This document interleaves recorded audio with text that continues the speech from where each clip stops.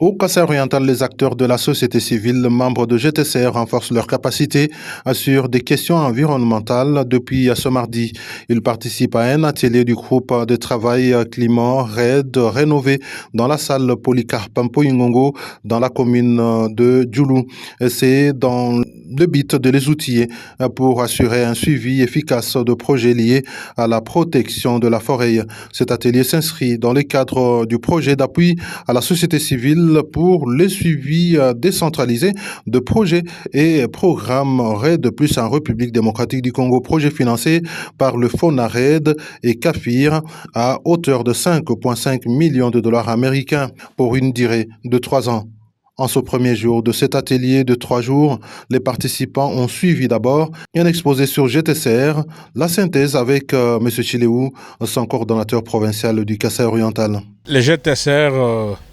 signifie groupe de travail climat RED rénové. C'est pourquoi vous avez le GTCR-R. C'est une plateforme nationale qui regorge à son sein plus de 650 organisations réparties sur toute l'étendue de la République démocratique du Congo. Particulièrement pour la province du Kasaï-Oriental, nous sommes à plus de 55 structures disséminées sur l'ensemble de la province du Kasaï-Oriental. Nous poursuivons les objectifs clairs qui mobilisaient, conscientisaient, accompagnaient les communautés locales dans la mise en œuvre de toutes les activités ou programmes RED dans notre province en particulier et en général en République démocratique du Congo. Le grand réseau promouvoit un Congo émergent sur le climat et il poursuit les objectifs de restaurer la biodiversité, de restaurer les sols fortement dégradés, d'accompagner les communautés locales dans les pratiques, des bonnes pratiques en respectant l'environnement. Nous voulons suivre les projets RED implémentés dans le Kasaï-Oriental et nous voulons remonter l'information au niveau de la base, constater ce qui est fait au niveau de la base par les porteurs des projets et remonter l'information aux autorités compétentes et aux partenaires qui ont financé ces différents programmes dans la province du Kasaï-Oriental. Vous savez qu'il y a 2 ou 3 projets qui commencent et qui ont déjà commencé. Il y a les projets, par exemple, le projet Pi-Forest, le projet Pi-Red Corlom. Ce sont des 2 projets RED qui sont en train d'être installés dans la province du Kasaï-Oriental. Et nous avons décidé d'abord de former, de renforcer nos membres en capacité afin de suivre réellement ce qui est fait sur terrain par ces programmes pour faire un reportage et pour conseiller ou accompagner les parties prenantes au processus ou au projet. Donc nous voulons commencer par former, renforcer en capacité, mettre en place les outils qui permettront les structures membres du GTCR de suivre les activités sur terrain et rendre compte au gouvernement de la RDC combien et comment les fonds sont utilisés, est-ce qu'ils atteignent les objectifs, les concernés en bénéficient de manière claire et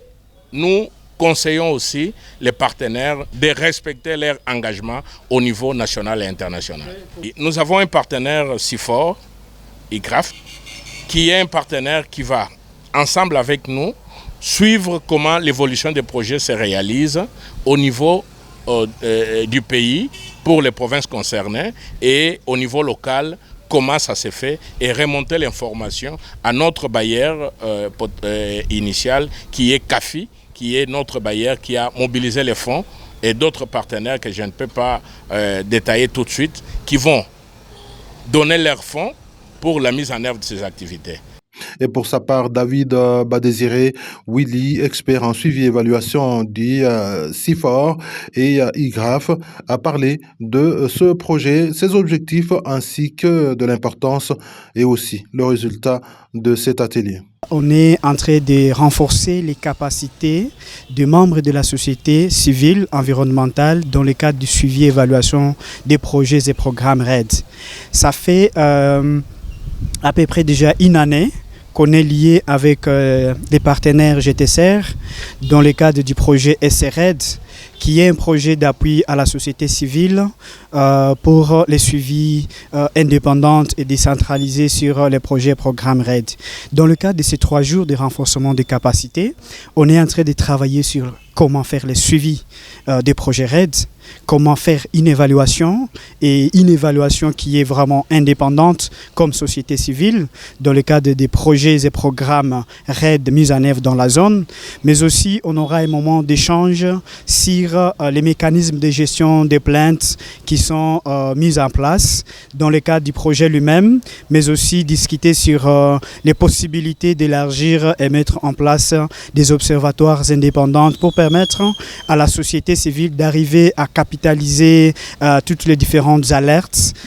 tous les éléments possibles, afin de rendre un GTCR informé avec des données probantes, des qualités venant du terrain, afin de renforcer le plaidoyer au niveau local, au niveau provincial, mais aussi au niveau national et au niveau international. La société civile, depuis les temps passés, s'est présentée comme un réseau incontournable sur les processus RAID en RDC. Et c'est pour ça que, dans le cas du projet CAFI FONARED, qui ont donné ce projet dans le cas de renforcer les capacités du GTCR, et veut, encore une fois, un GTCR qui est plus efficace. Parce que les RAID qui est mise en œuvre dans notre pays nécessite un suivi de la part de la société civile. Et GTCR, comme société civile environnementale, s'est positionné comme les réseaux efficaces, les réseaux qui arrivent à grouper plus de 650 membres et qui sont capables de mener à bout tous les processus RAID au niveau de notre pays, la RDC. À l'issue de ces 3 jours de travail et de renforcement des capacités, nous attendons encore un GTCR qui devient plus efficace dans le suivi des projets et programmes RAID au niveau de la province du Kasaï oriental. Et après ça, on veut aussi que le GTCR arrive à avoir des membres qui sont capacités, qui sont renforcés, qui ont des outils de suivi et qui arrivent à les capitaliser pour arriver à informer encore sur les processus RAID depuis les bas, c'est-à-dire au niveau local, pour se rassurer que les besoins des peuples autochtones, les besoins des communautés locales, ainsi que les besoins des hommes, des femmes, des jeunes sont intégrés dans tous les processus RAID dans notre pays. Bien avant, l'un des participants, Diop Lutumba, président de l'ONG Planète Verte, a fait savoir qu'il attend de cet atelier des compétences en suivi et évaluation pour un travail de qualité sur terrain. Nous attendons qu'à la fin de cet atelier, nous puissions acquérir des compétences, des capacités pouvant nous permettre de suivre comme société civile les projets qui sont exécutés dans nos communautés et les voir atteindre leurs objectifs et produire leur impact. C'est une formation qui n'a pris que des représentants. Et en tant que représentants de la société civile, nous avons beaucoup de membres derrière nous. La première des missions que nous avons au travers de cette formation, c'est de former ceux qui sont restés, ceux qui n'ont pas eu la chance de participer avec nous à cet atelier. Et en ce moment-là, pouvoir les lancer sur le terrain pour mener bien ce suivi des activités RAID qui sont menées dans notre communauté. Il s'en est suivi des travaux en groupe et puis la restitution en plénière, la clôture de cette première journée.